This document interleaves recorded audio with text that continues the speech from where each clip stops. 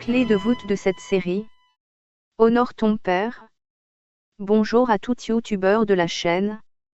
Pour voir l'orateur qui s'économise, tant il est à la tâche pour vous, vous avez un court témoignage de 4 minutes en tête de la chaîne.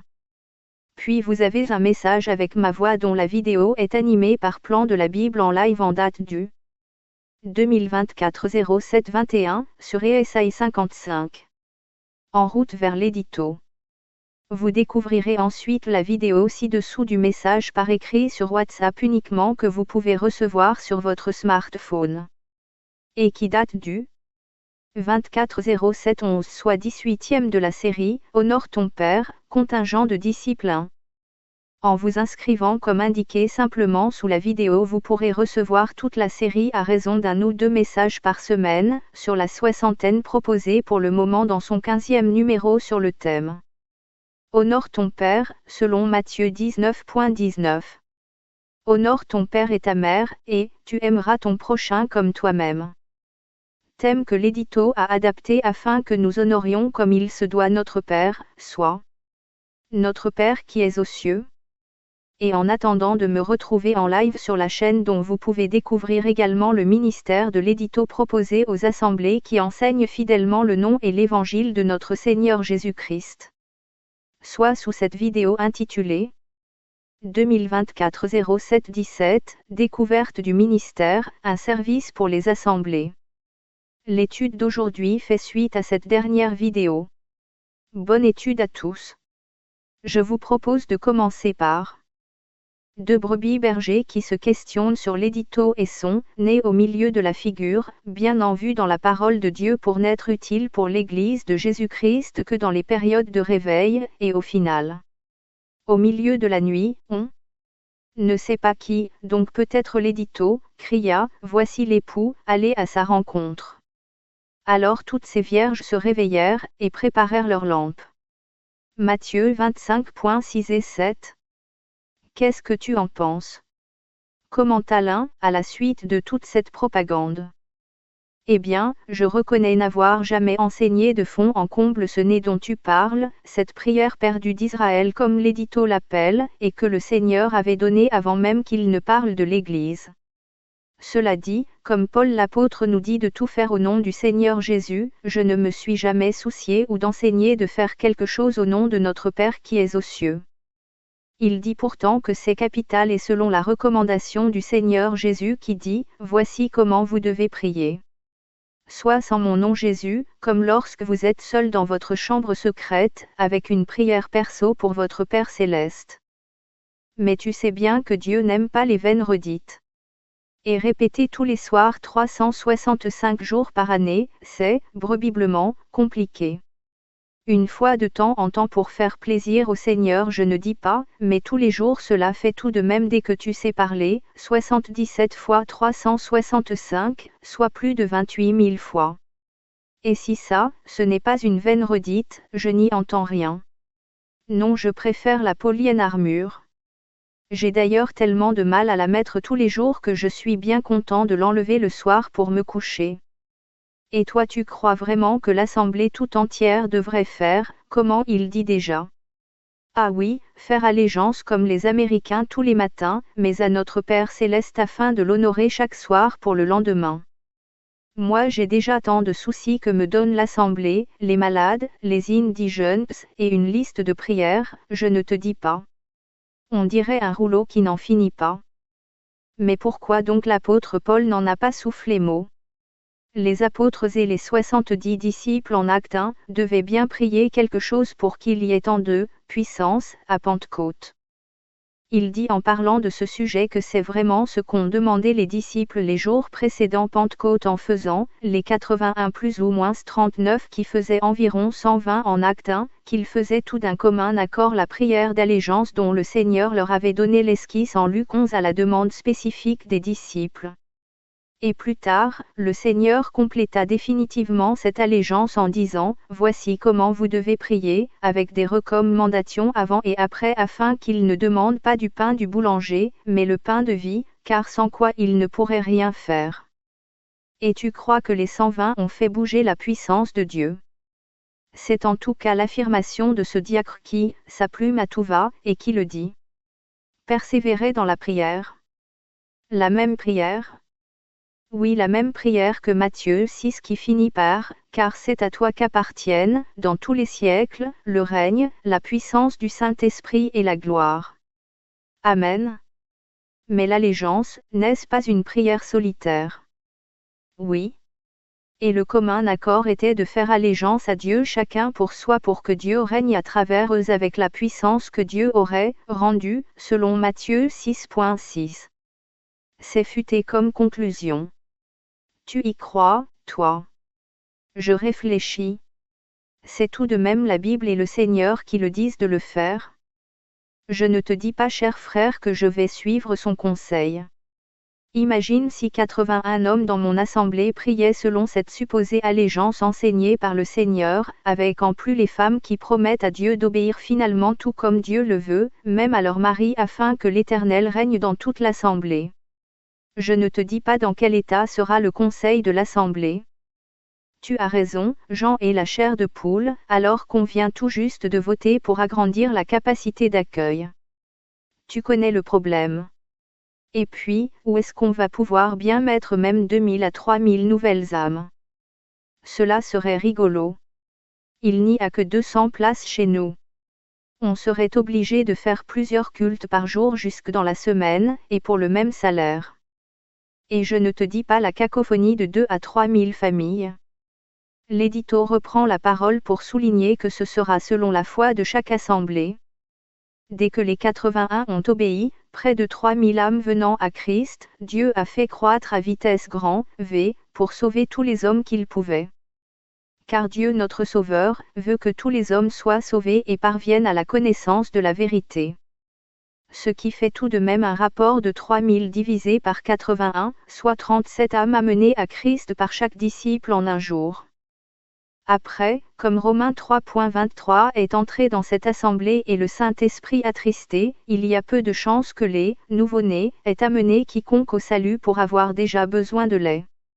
Si bien qu'il faudra plusieurs jours pour que les 81 en trouvent 2000 de plus. Ce qui fait un ratio que de 25 âmes nouvelles par disciples et sur plusieurs jours. Puis, il n'y aura même pas un troisième rapport. Selon l'analyse des Écritures, les disciples se chamaillant à nouveau comme ils le faisaient en la présence du Seigneur même, pour savoir qui était le plus grand et le plus fort, soit des querelles qui auraient bien pu s'étaler sur 28 ans entre l'an 29 et la rédaction de l'Épître aux Corinthiens, où Paul est furax qu'il ne voudra plus jamais entendre parler de disciples de quiconque. 1 Corinthiens 1.12. Je veux dire que chacun de vous parle ainsi. Moi, je suis de Paul. Et moi, d'Apollo. Et moi, de Cépha. Et moi, de Christ. 1 Corinthiens 3.4. Quand l'un dit « Moi, je suis de Paul » et un autre « Moi, d'Apollo ». N'êtes-vous pas des hommes? Et sans même nommer le mot à présent défendu dans les Écritures jusque dans l'Apocalypse où l'équivalent du ministère sera donné à 144 000, Paul n'osant plus entendre de parler du ministère de « disciple », ne l'utilisera jamais, et de ce fait même pour lui-même. Honore ton Père. L'édito se livre totalement. Et en douceur cette fois-ci. Je serre ta parole dans mon cœur, psaume 119.11. Psaume 119.68, Tu es bon et bienfaisant, enseigne-moi tes statuts. Et sous le lien ci-dessus prenez le temps de regarder les différentes versions du texte original. Soyez curieux. Édito, article de fond qui reflète l'orientation générale du journal et dont les images sont des liens. Merci à vous lecteurs si vous êtes avec nous aujourd'hui. C'est que vous arrivez à relativiser, et avec le recul vous avez compris que la parole de Dieu ou de Christ parle à l'ensemble de l'Église, et qui plus est, parfois sur une longue période. Mais de votre côté, ne faites surtout pas partie de ceux qui dorment aujourd'hui. Comme la parabole des 10 vierges, avec 5 sages qui dorment au lieu de dire aux 5 qui le sont moins, de veiller pour se convertir. Croyez le plus beau verset de la Bible sous vos yeux. Et pour ceux qui dorment aujourd'hui, le Seigneur l'avait déjà fait avec ses disciples. Et à présent lisez bien le contexte dont je vous mets le verset de départ pour aller jusqu'au verset 46 en gardant à l'esprit la parabole des 10 vierges qui dorment. Et Jésus vint vers les disciples, qu'il trouva endormis, et il dit à Pierre, « Vous n'avez donc pu veiller 1 heure avec moi. » Matthieu 26.40. Et si vous avez lu le contexte, les disciples, qui pourraient être les 10 vierges de notre parabole qui comptent tout de même, 5 Judas, sur 10 qui sont fous folles de ne pas se repentir. Mais comme de leur côté les sages dorment comme les disciples qui ont suivi le Maître partout pour être finalement pris de fatigue ne voulait pas dire que dans l'édito précédent le Seigneur se moquait de toutes. Il y a des assemblées actives pour le Seigneur, même à la fin des temps. Mais le Seigneur s'il est doux, pour ne pas nous réveiller comme il le fait pour les apôtres qui l'ont servi toute la journée, reste égal à lui-même pour nous dire, vous n'avez pas pu veiller 1 heure, soit la dernière avant son retour. Et son Église, une unité dans son ensemble, fait que le Seigneur n'est pas aux anges, car il sait qu'il va perdre la moitié de sa fiancée. Et si vous êtes bien descendu dans votre lecture jusqu'au verset 13, la parabole et les disciples reçoivent le même reproche du Seigneur qui perdra un disciple et la moitié de ceux qui auraient pu être sauvés des vierges pour qui le Seigneur est tout de même mort sur la croix, comme par exemple la moitié de la chrétienté. Si vous dormez, je veux dire pareillement tout comme le Seigneur, si vous êtes assoupis dans votre vie chrétienne avec des hauts et des bas qui eux sont plus souvent majoritaires, c'est qu'il est temps de vous réveiller. Le train est en marche. Et pour les disciples qui dormaient profondément, laissèrent seul le Seigneur, alors qu'il est à 2 doigts d'être livré. Et s'étant éloigné d'eux, il alla s'isoler une 3e fois pour trouver un moment de communion avec notre Père céleste. Ensuite, il les réveilla. Levez-vous, allons, voici, celui qui me livre s'approche. Il faut dire que dans la parabole des 10 vierges, la situation y ressemble beaucoup. Car à l'arrivée de l'époux, l'enlèvement de l'Église tant attendu, si nous dormons, même du sommeil du juste pour avoir servi le Seigneur selon nos capacités, le Seigneur nous reproche, à nous sa future épouse composée de nos 5 vierges sages qui ont l'Esprit de Dieu, de ne pas veiller également dans la dernière heure comme les 12. Et il vint vers les disciples, qu'il trouva endormis, et il dit à Pierre, « Vous n'avez donc pu veiller 1 heure avec moi. » Que vous transposerez en parallèle dans la parabole des vierges qui pourrait être le texte suivant, et il vint vers les vierges, qu'il trouva endormis, et leur dit, vous n'avez donc pu veiller 1 heure avec moi. Et que le Seigneur souligne par, comme l'époux tardait, toutes s'assoupir et s'endormir. Et ainsi en allant un peu plus en profondeur dans les Écritures, on peut se garder de faire la même chose. C'est en tout cas ce que je souhaite pour vous. Rappelez-vous les dernières lignes du précédent numéro qui disaient « Si vous ne voulez que lire la Bible, ne lisez pas l'édito. » D'un autre côté, si ces pages vous ont enrichi, étudiez-la avec lui. Mais en profondeur. Et comme il y a de la couleur qui floute un peu l'ensemble, cela donne en clair. Si vous ne voulez que lire la Bible et ne pas la mettre en pratique, ne lisez pas l'édito. Mais d'un autre côté, si ces pages vous ont enrichi, étudiez la Bible avec lui. Mais en profondeur. Lorsqu'il nous reprend, le Seigneur ne veut que notre bien. Proverbe 3.12. Car l'Éternel châtie celui qu'il aime, comme un père l'enfant qu'il chérit. Je n'ai pas entendu comme vous d'ailleurs les paroles du Seigneur s'adressant à Pierre pour lui dire avec 1 Corinthiens 13 et l'amour qu'il a pour son disciple qu'il a choisi. Mais Jésus, se retournant, dit à Pierre, « Arrière de moi, Satan. Tu mets en scandale, car tes pensées ne sont pas les pensées de Dieu, mais celles des hommes. » Le Seigneur étant le bon berger, ne vous déplaise, nous cassera une patte, pour que l'on marche droit. On n'appréciera pas sur le moment, c'est sûr. Mais avec le recul, un peu de distance sur notre vie passée, on reconnaîtra que cela avait été nécessaire, le Seigneur nous préférant à l'hôpital plutôt que de nous perdre. La plume se rappelle 3 épisodes de sa vie où l'hôpital avait été nécessaire. Et dans la mesure où l'on y lit correctement sa Bible, on voit que Dieu sème vent et marée dans notre vie. Je ne veux pas vous alarmer, mais voyez par vous-même la désobéissance de Marie, sœur de Moïse, qui veut à son initiative une part du ministère de son frère. Dieu touchera à son corps pour redresser son obéissance. Nombre 12.10. La nuée se retira de dessus la tente. Et voici, Marie était frappée d'une lèpre, blanche comme la neige. Aaron se tourna vers Marie, et voici, elle avait la lèpre. Je ne dirai pas si vous êtes infirme ou malade, que le Seigneur l'a jugé nécessaire. Mais je crois, c'est mon avis qui n'engage que moi, que Dieu a donné toutes les épreuves à Job, un de ses plus fidèles serviteurs, pour nous enseigner, que Dieu, s'il nous livre pour un temps à Satan, c'est pour redresser quelque chose en nous qui en a grand besoin.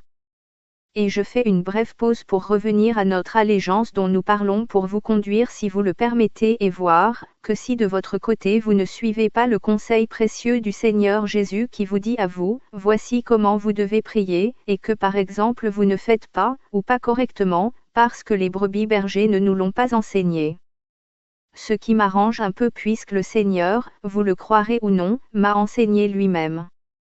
Ce qui serait de la longueur du vie pour vous l'expliquer, pour me donner finalement ce ministère concernant cette allégeance que Dieu a certainement réveillée de temps à autre depuis son départ pour générer les réveils de la chrétienté, même si les KTO ont en fait un marathon d'une veine, redite, en se martyrisant avec un chapelet. Et comme on m'a soufflé que je parlais souvent d'un ton moqueur, ce qui doit être vrai puisque le Seigneur m'y pousse, parole de frère en Christ, voyez finalement en jaune et rouge en bas de page que ce n'est pas moi qui ai commencé. Je ne fais que souligner la parole du Seigneur. Et je vous rappelle que j'ai été KTO moi-même durant 21 ans, soit près d'un tiers de ma vie. Mais par ce ministère, le Seigneur m'a montré comment utiliser sa parole. Et comme plus haut, Job était, quelque peu, chahuté par l'Éternel, regardez à présent à votre vie et mettez-la en comparaison. Car je vous donne l'estocade. Elle est nécessaire.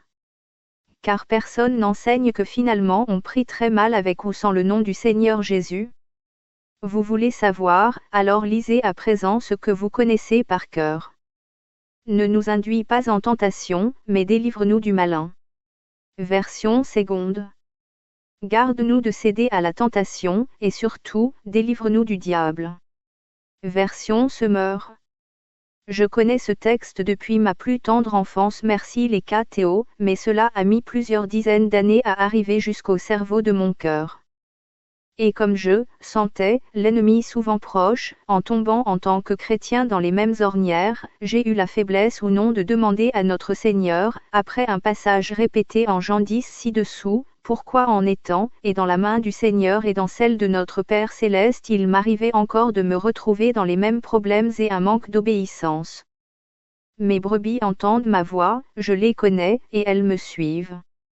Je leur donne la vie éternelle, et elles ne périront jamais, et personne ne les ravira de ma main. Mon Père, qui me les a donnés, est plus grand que tout, et personne ne peut les ravir de la main de mon Père. Moi et le Père nous sommes un.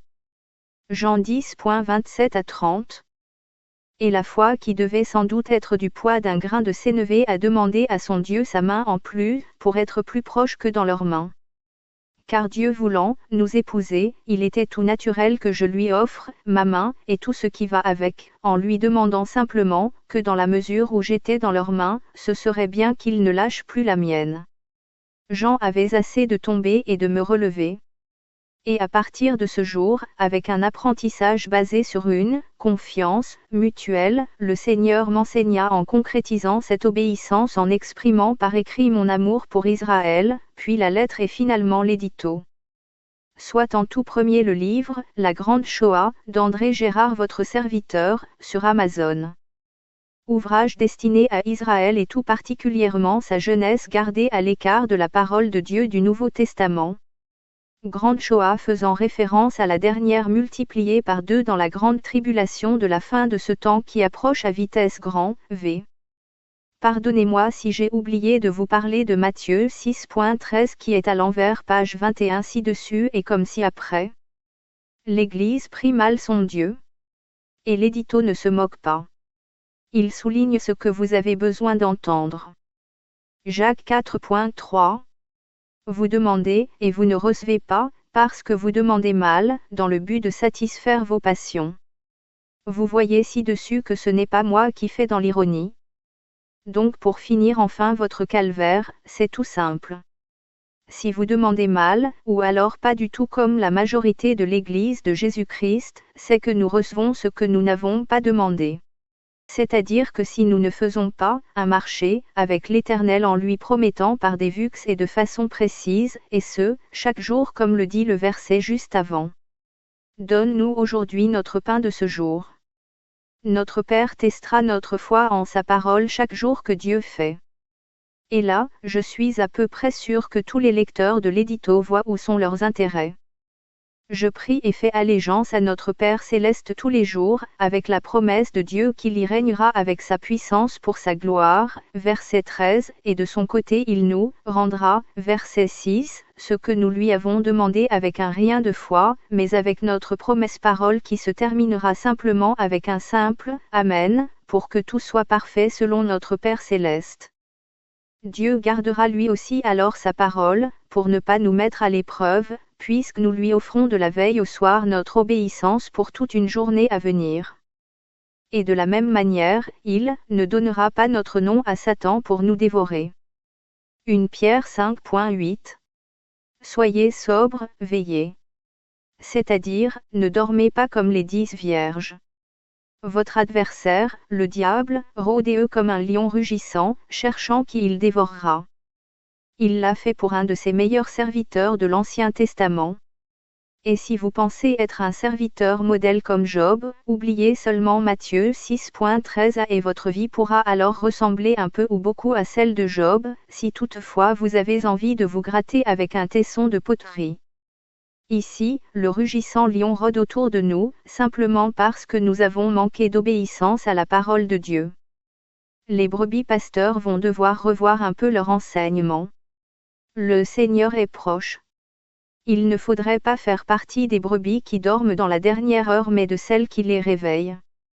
Voyez à présent simplement le service que je vous apporte de la part du Seigneur comme une opportunité à ne point vous relâcher. Et le « on » en bas de page pourrait bien être l'édito pour vous. Adam a vécu 930 ans sans voir un dentiste. Je ne sais pas si vous êtes d'accord, mais de mon côté je n'en ai pas vu exercer dans la Bible. Moïse quant à lui est mort en pleine santé à 120 ans en commençant son ministère à 80. Et cela c'est juste pour souligner que Dieu prend soin de ses serviteurs fidèles. Et un homme, c'est toujours mon avis que je partage selon la parole de Dieu, devrait vivre à minima 70 ans et en bonne santé, et 80 pour les plus robustes. C'est écrit. Dieu ayant fixé pour chacun de nous toutes les coudées de notre vie en rapport avec notre obéissance, comme honorer nos parents, qui nous fera passer de 70 à 80 ans par exemple, même si certains semblent avoir un bonus. Dieu veille jusqu'à la coudée de notre vie.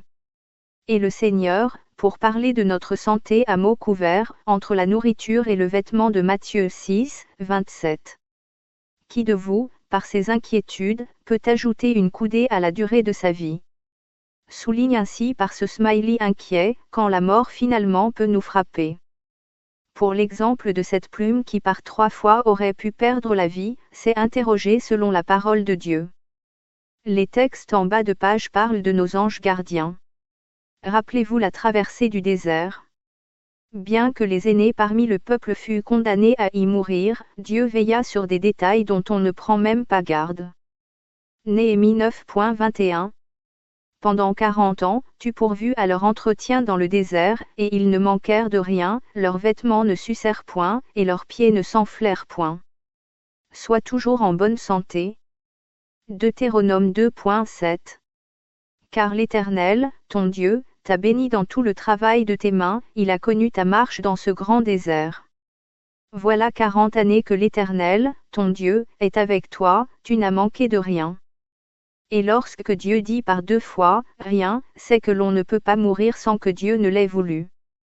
Dieu aurait pu protéger ma chute par 3 fois, mais par 3 fois, il a laissé ma vie en suspens entre les mains de l'ennemi. Et comme la Bible nous enseigne que Dieu voit loin pour avoir selon ce que je crois vraiment, comme au moins une éternité d'avance. Et pardon si je vous ai déjà souligné le verset plusieurs fois. Ce sera tout pour aujourd'hui.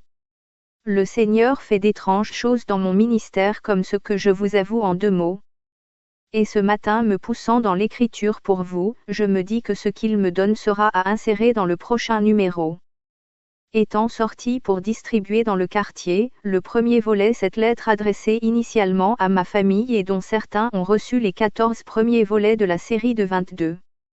À mon retour, l'écriture s'est poursuivie pour vous livrer l'édito du jour. Donc ce que j'ai reçu ce matin, date de page est confié à présent à votre analyse. Et si on est un peu au four et au moulin pour que votre lettre soit agréable, vous ne pouvez pas dire qu'aujourd'hui l'édito aurait été aussi turbulent que dans le numéro précédent. Donc, prenez toujours du recul à la lecture de ces lignes, l'édito ne cherche pas à vous nuire mais de vous réveiller pour faire vous aussi, de votre côté, votre allégeance à notre Père Céleste qui attend tous les jours vos vux, votre pardon, votre amour du prochain ainsi que la présence de Christ, notre pain de vie quotidien. Matthieu 6.11, sans qui nous ne pourrons rien accomplir pour la gloire de Dieu. Matthieu 6.13b.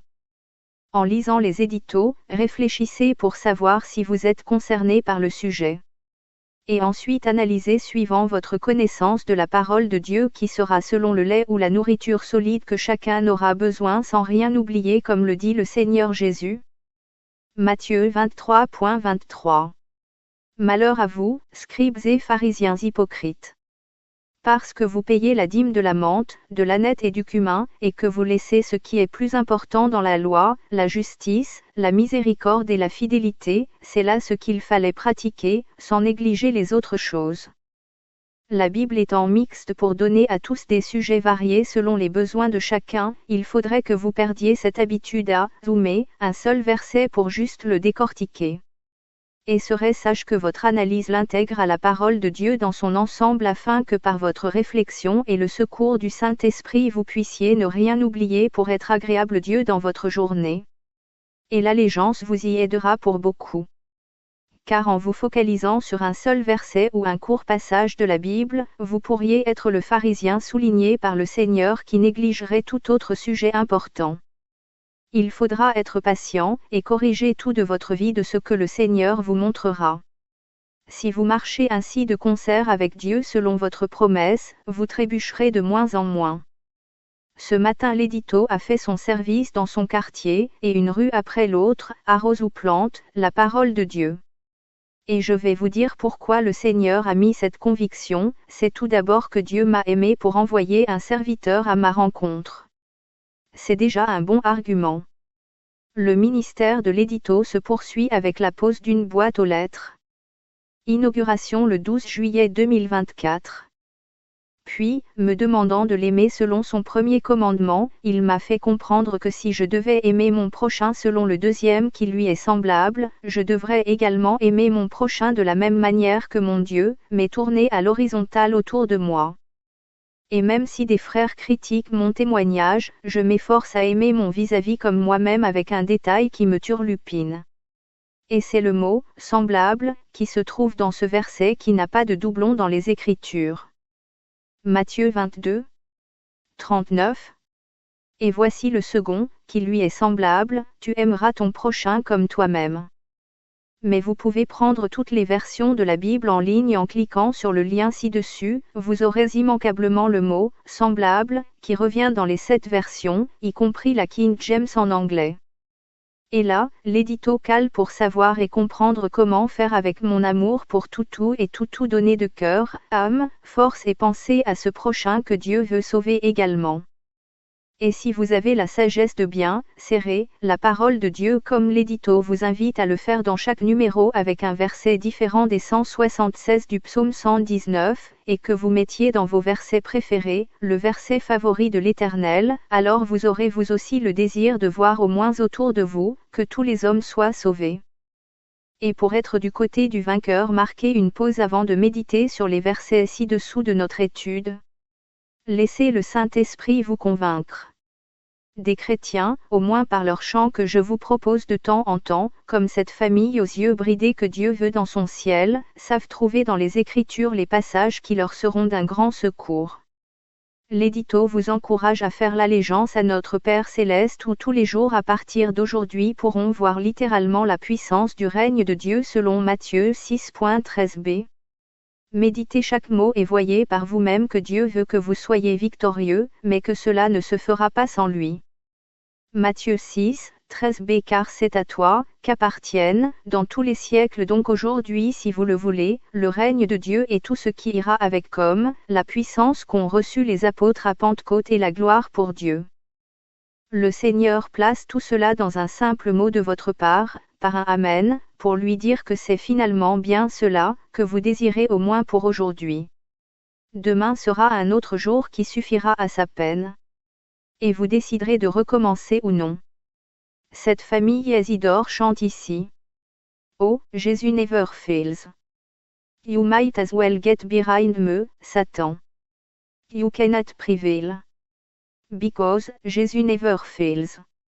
Et vous direz vous aussi avec eux au lion rugissant. Jésus n'échoue jamais. Tu ferais aussi bien de te ranger derrière moi, Satan. Vous ne pouvez pas l'emporter. Parce que Jésus n'échoue jamais. Juste encore un dernier mot. Je sers la parole de Dieu. Et, sers. Je sers ta parole dans mon cœur, psaume 119, 11. Votre serviteur vous dit à bientôt sur la chaîne Édito Love, ou sur votre smartphone si vous voulez bien vous inscrire sous la vidéo. Si vous êtes plusieurs dans une assemblée, merci de faire au nom de votre groupe, l'inscription avec un seul nom ou pseudo, en vous chargeant de faire ensuite votre propre WhatsApp list et transférer les messages à toute votre communauté au fur et à mesure. L'édito ne cherchera pas à prendre contact. Il faut que cela vienne de vous avec votre compréhension qu'en cas de prédication dans les assemblées je ne pourrai pas forcément vous répondre immédiatement. La vidéo, le film de votre vie, bien connu en brochure par l'Assemblée, a été colorisé et animé et n'est pas forcément à cause du thème à mettre devant les yeux des plus jeunes sans soutien et explication. Ce film, clair et direct, met tous de suite le spectateur devant ses responsabilités car la parole de Dieu est formelle. C'est aujourd'hui le jour du salut. Même maintenant, si vous réfléchissez. Car le brigand sur la croix n'a eu que moins de 3 heures pour donner son cœur au Seigneur Jésus qui fut à partir de 11 heures jusqu'à l'heure de sa mort 3 heures plus tard, lui la lumière du monde, littéralement dans les ténèbres, abandonné longuement du Père Céleste. À bientôt à tous.